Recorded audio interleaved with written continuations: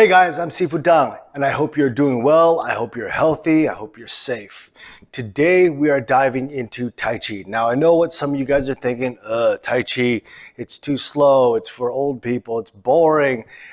Well, I could tell you from experience, it couldn't be further from the truth. Tai Chi is one of the actual arts that made one of the greatest impacts in my training, along with my Kung Fu itself. Now, quick story, when I first started Tai Chi, I actually started Tai Chi a little bit after Kung Fu, which was a little over 20 years ago, and it wasn't by choice.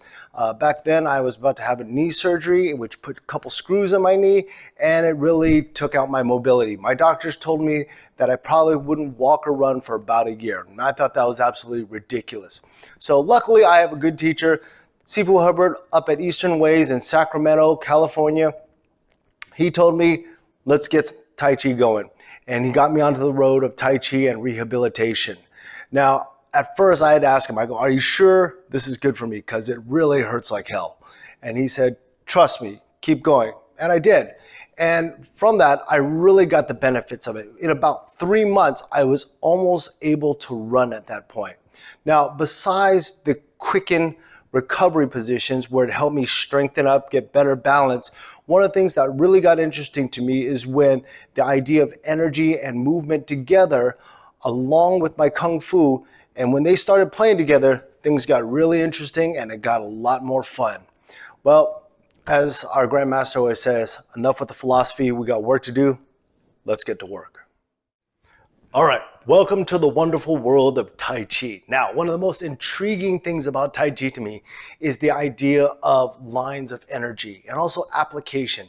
A lot of people think that with Tai Chi, it's mainly done as just exercise for older people or for rehabilitation, which it is, but it also has its roots where it came from. And initially it was one of the top martial arts. So we're going to go back and we're going to actually explore some of the martial arts aspect of it as well, along with the training exercises that go with it. Now today we're going to be actually working on one of the most basic postures in Tai Chi, which is called Partition the Wild Horse's Mane. And we're going to be going over how to do it as well as how to use it. So let's get going.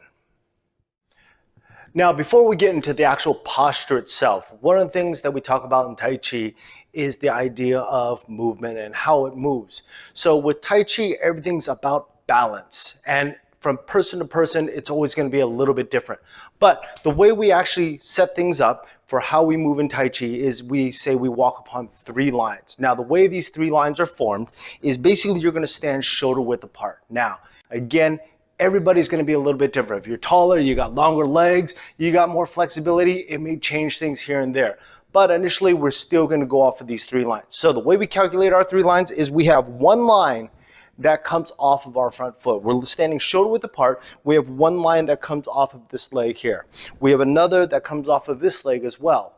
And then, of course, we have one that comes down the straight center line of our body. So we have 1, 2, 3.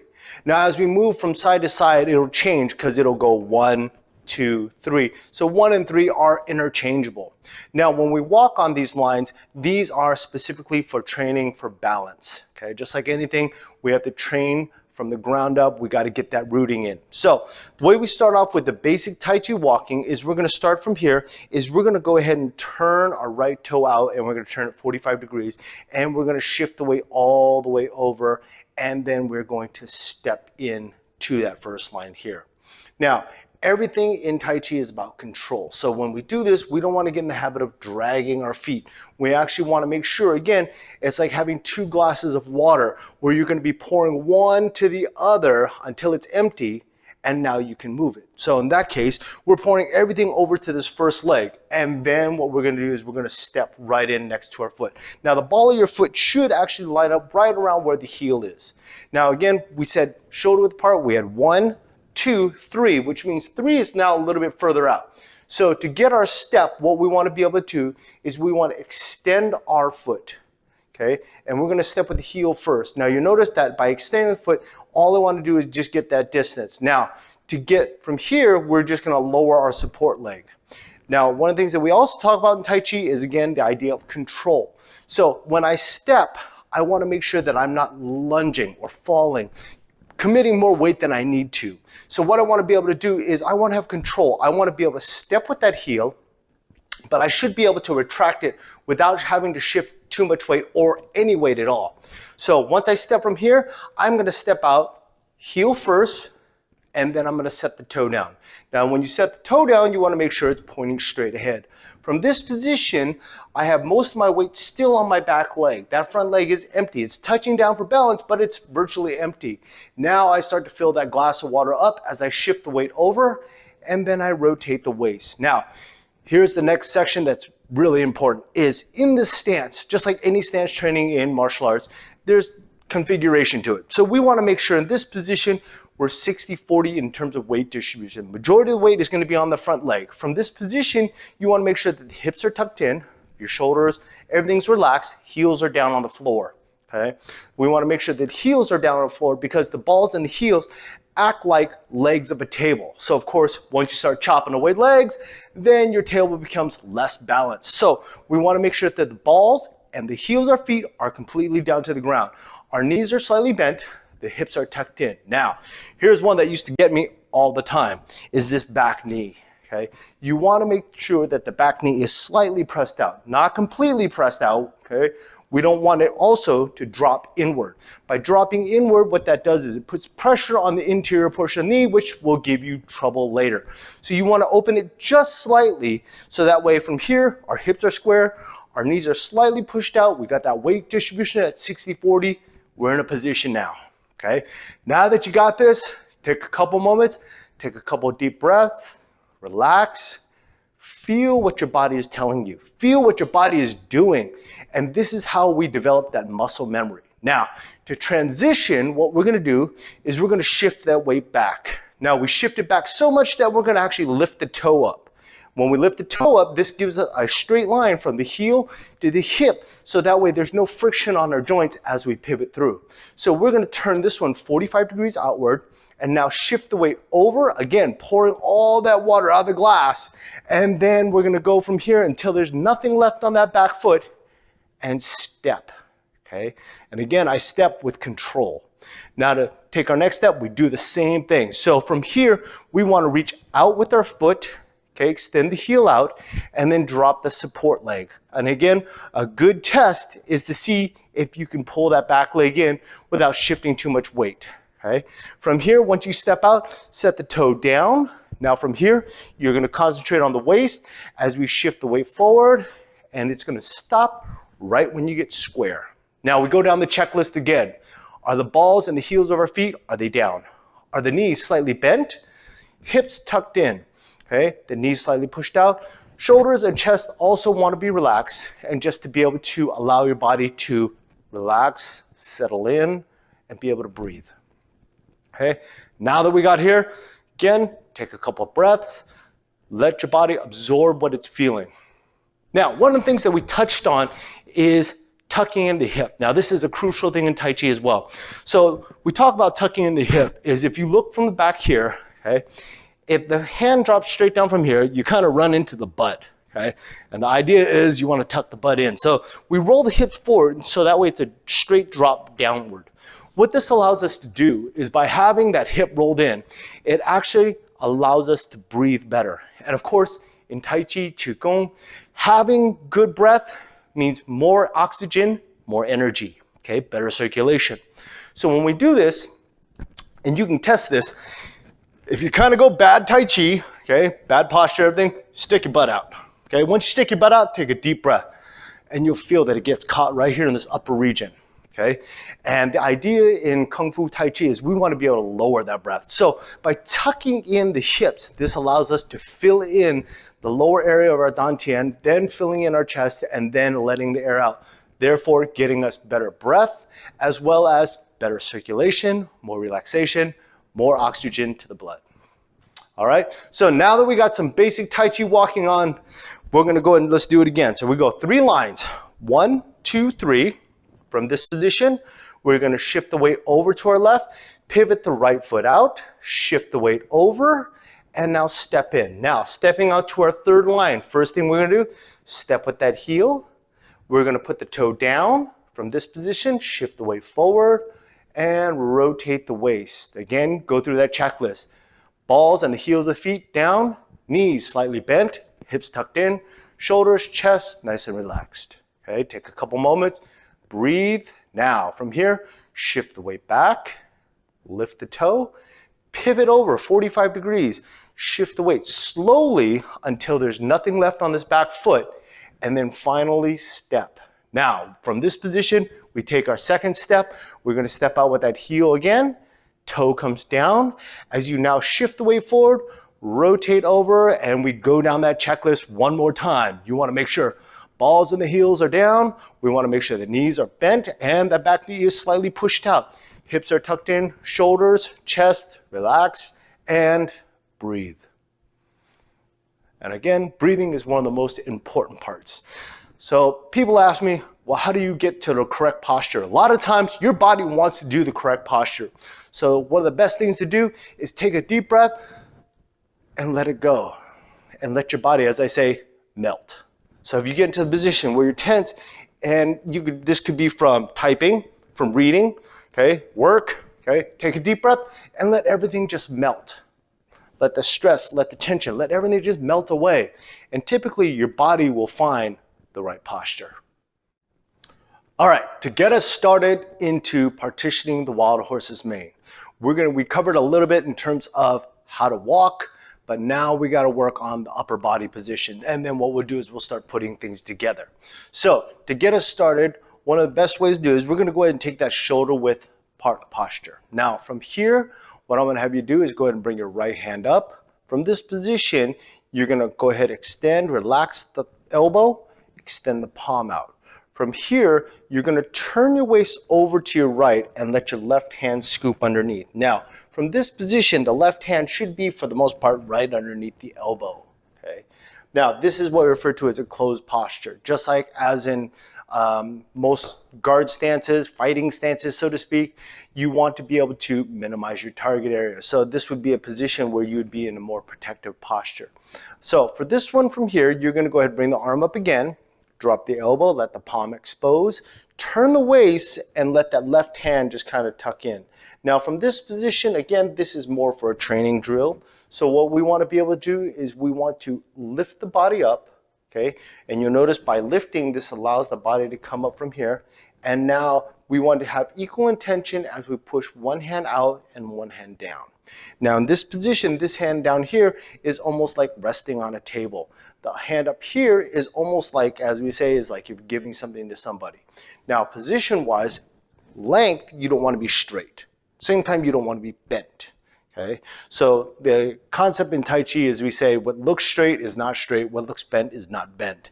So the idea is that it's almost a full extension. We keep the elbow to make sure that the shoulder is relaxed, the chest is relaxed as we extend the posture.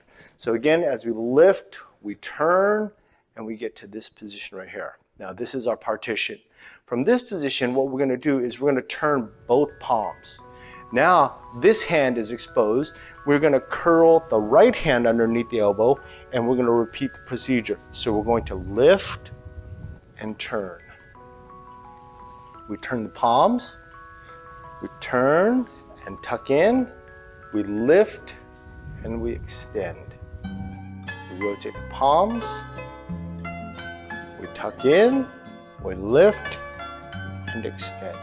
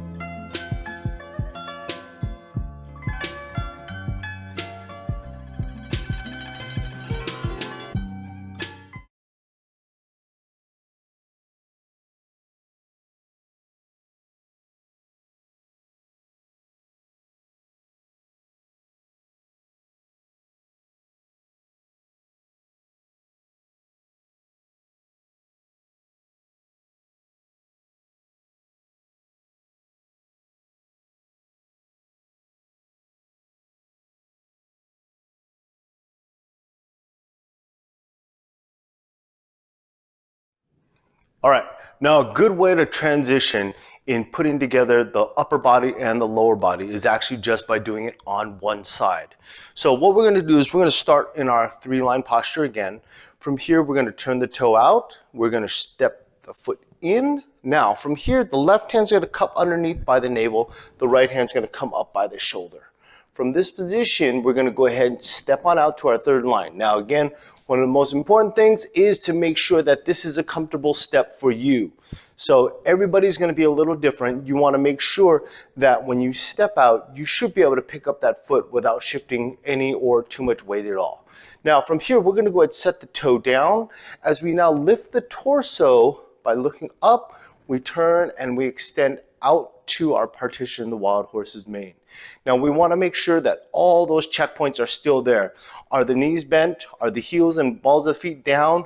Are our shoulders relaxed? Chest relaxed? Those are all very important portions of this posture itself. Now from here, we're going to go ahead and just shift the weight back, and we're going to bring it back to the close and then step back in. Again, we'll step back out, heel toe, lift the torso, turn, and open. Then shift the weight back, come back to the close, and step back in. Now we'll do the same thing for the other side by just simply turning the other toe out. We're going to scoop the right hand in, left hand to the shoulder, right foot comes right next to the heel of the other foot. Now from here, we'll go ahead and step out to our third line. We lift the torso, and we open up to our partition. Again, take a moment, sit, breathe, and kind of feel what's going on in the posture. Feel what's going on with your body. Okay? From here, just shift the weight back, come back to the close, and step in. Then again, we'll step out for a third line, lift that torso, and open. Now, once you got this on a single side, now you're ready to combine it, and we're going to put it together with a complete walking position.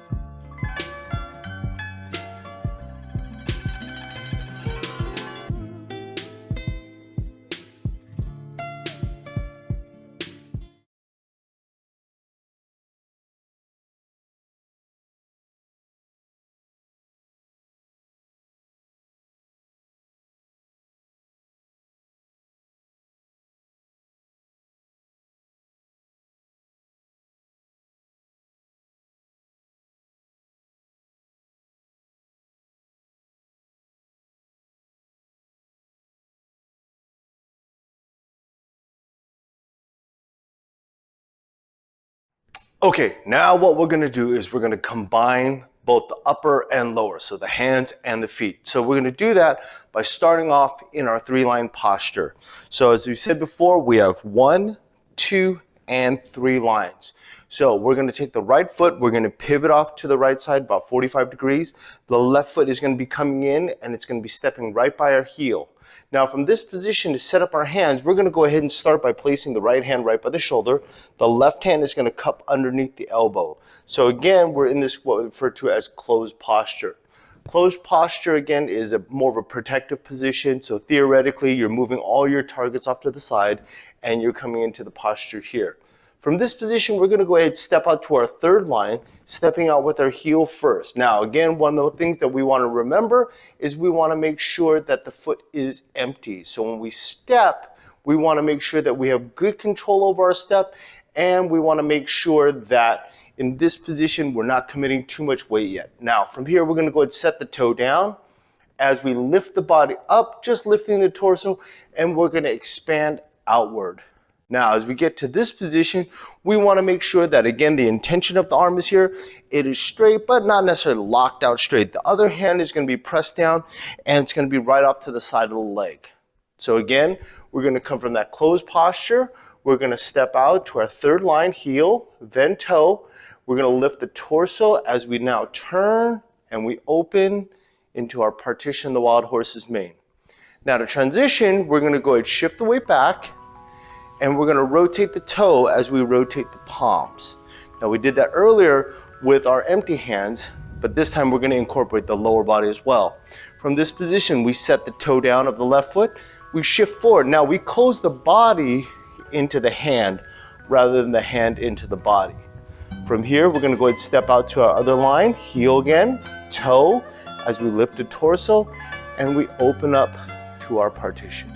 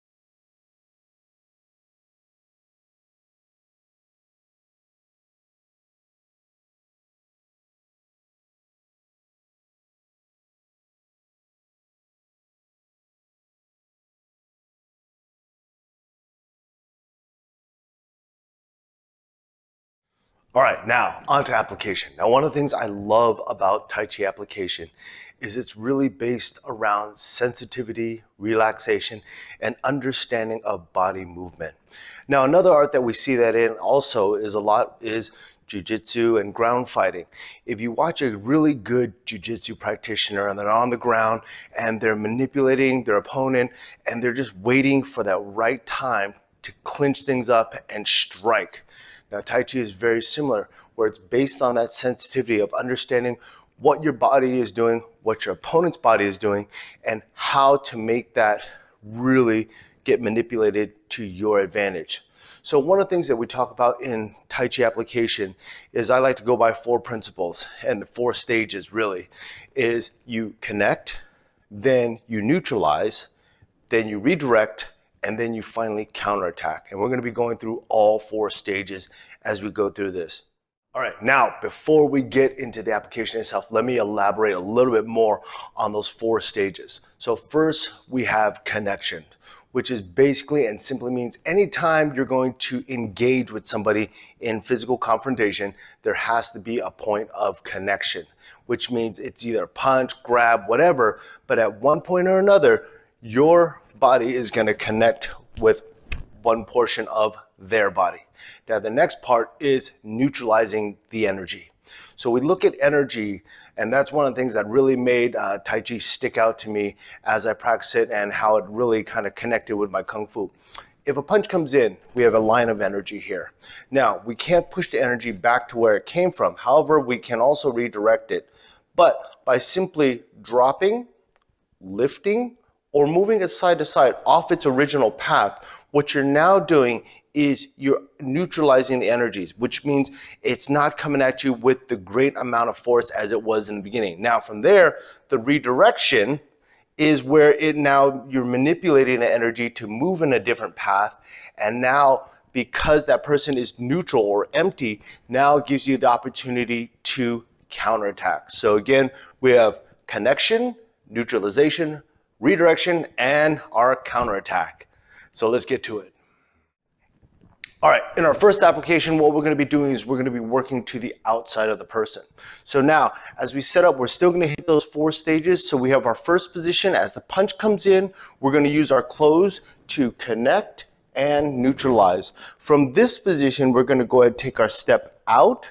And now from here, we're going to redirect as we neutralize and move the energy downward. From here, we're going to follow through, shifting the way forward, and we will use that as our takedown in a position.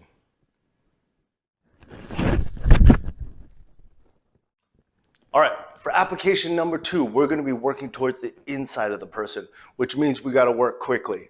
So in this position from here, as that punch comes in, we're still going to utilize those 4 stages. Punch comes in, we're going to come up to position here. That left hand is going to be our connection. We're going to turn the waist, and that's going to be our neutralization. Now we said we're working the inside because now the inside of this person is exposed. From here, we're going to step out for positioning to our third line. We're going to redirect and lift at the same time. Now this is going to attack towards your opponent's shoulder. So as we come up and out, we're going to extend. And this is going to be used as a joint lock, or if it's done quickly, we can snap dislocate the shoulder as well.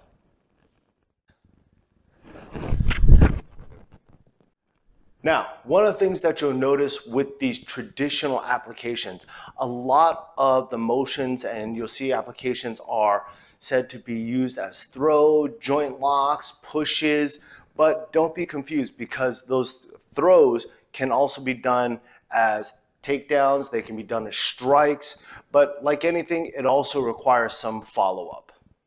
So, like in this technique, we're going to go ahead and we're going to parry, and we come into our close, we step out. Now when we extend from this position, if we use it as a joint lock, that's great. But again, as you go from here, even as you rotate, if you were to dislocate the person's shoulder at this position here, now from here, we're not just going to leave them here. So a lot of times what we would do is in this position is we may come across, add the takedown, okay? Or we may come from this position here, and once we get from here, we may add the takedown from this position. Okay? Or simply from this position here, once we come out and we extend, we now may come down from this position and strike. So again, nothing's really out of bounds. It's the idea of neutralization and really being able to manipulate the opponent. So they always say it's 4 ounces to a ton of force. Well, I hope you guys enjoyed working on some of this Tai Chi with me. And if you do enjoy it, make sure you leave a like and also comment down below if you want to see some more. But Tai Chi has definitely been one of my most influential arts that actually complements my Kung Fu as well. So I love the way how both play together and how they share the same concepts. So again, if you haven't already, make sure you hit that like button, subscribe, ring the bell, and I'll see you on the next one.